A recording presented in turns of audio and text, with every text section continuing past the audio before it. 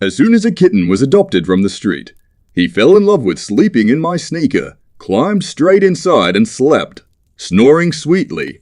But alas, childhood is not forever. Today, a cat can still fit into a sneaker, but it's impossible to doubt. He runs along the corridor, moving his front paws, and drags his sneakers behind him, as his ass is stuck, yelling like a victim. Oh, how much desperation was in those eyes when I pulled it out with a savory shink sound. Morning. In the kitchen, the cat is begging for food. I put it in, she poked around, didn't finish eating, and began to leave the kitchen.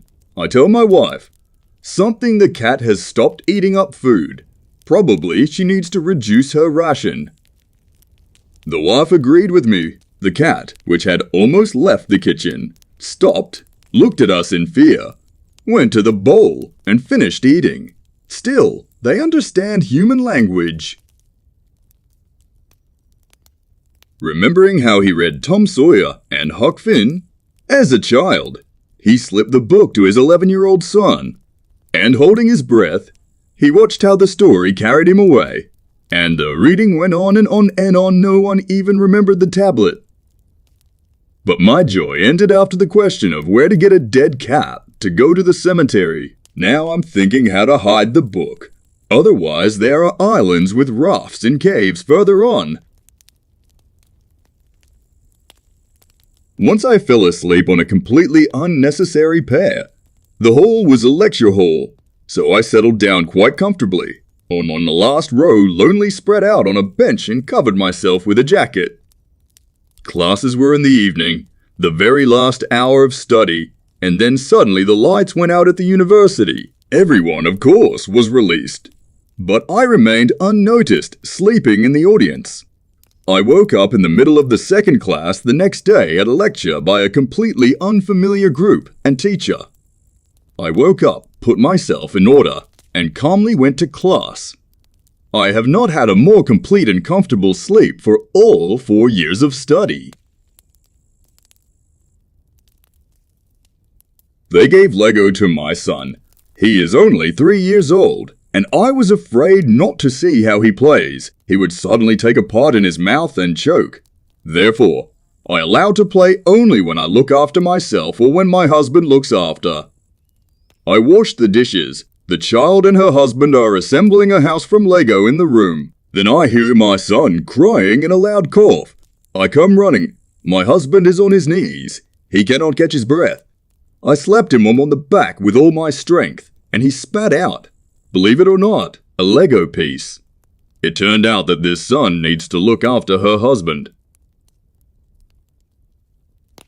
Mom was sorting out a box of old papers. Sends me a photo of my first grade drawing. On sheet of 4, for almost its entire size, a huge green tank with bright red stars, and an outstanding flame arrestor on the cannon is depicted. In those years it was fashionable to draw tanks like that. In addition to the tank, almost faded from time to time, barely noticeable bluish thorns are guessed in the picture. These are snowflakes. Signature below. I have an old close friend. We have known each other for a very long time, and she's always in some kind of toxic relationship. Over the past 15 years, but then there was a breakthrough.